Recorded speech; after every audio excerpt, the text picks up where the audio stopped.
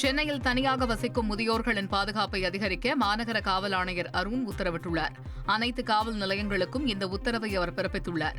அதன்படி முதியோர்களின் பெயர், வயது, குடும்ப உறுப்பினர்கள், தொடர்பு எண்கள் உள்ளிட்டவை சேகரித்து காவல் நிலையங்களில் விவரங்களை பராமரிக்கவும் அறிவுறுத்தப்பட்டுள்ளது.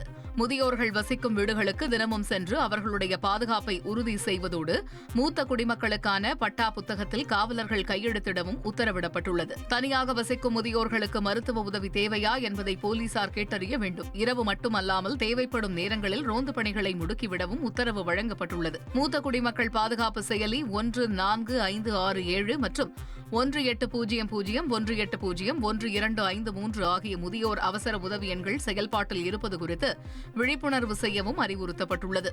ராணிப்பேட்டை மாவட்டம் நெமிலி அருகே இளைஞர் ஓட வெட்டி கொலை செய்யப்பட்ட சம்பவத்தில் 6 பேர் கைதாகி உள்ளனர்.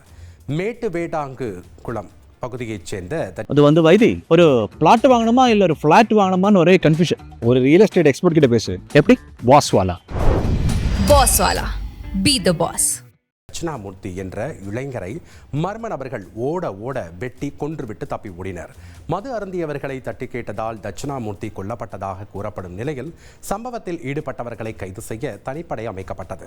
இந்நிலையில் சம்பவத்தில் ஈடுபட்ட வாசுதேவன், புருஷோத்தமன், எம் கிஷோர், லோகேஸ்வரன், எஸ் கிஷோர், உஸ்மான் ஆகிய 6 பேரை கைது செய்து போலீசார் சிறையில் அடைத்தனர். கோவை, நீலகிரியில் மே 24, 25, 26 ஆகிய தேதிகளில் கனமழை பெய்ய வாய்ப்புள்ளதாக சென்னை வானிலை மையம் தெரிவித்துள்ளது. இதுகுறித்து வெளியிடப்பட்ட செய்திக்குறிப்பில் வங்கக்கடலில் மே 27ஆம் தேதி குறைந்த காற்றழுத்த தாழ்வு பகுதி உருவாக வாய்ப்புள்ளதாகவும் இந்த காற்றழுத்த தாழ்வு பகுதி அடுத்த 2 நாட்களில் மேலும் வலுப்பெறக்கூடும் எனவும் தெரிவிக்கப்பட்டுள்ளது. மேலும் கோவை, நீலகிரி மாவட்டங்களில் வரும் மே 24, 25, 26 ஆகிய தேதிகளில் கனமழை பெய்யும் என்றும் தமிழகத்தில் இன்று முதல் அடுத்த 7 நாட்களுக்கு ஓரிரு இடங்களில் மிதமான மழைக்கு வாய்ப்புள்ளதாகவும் கூறியுள்ளது.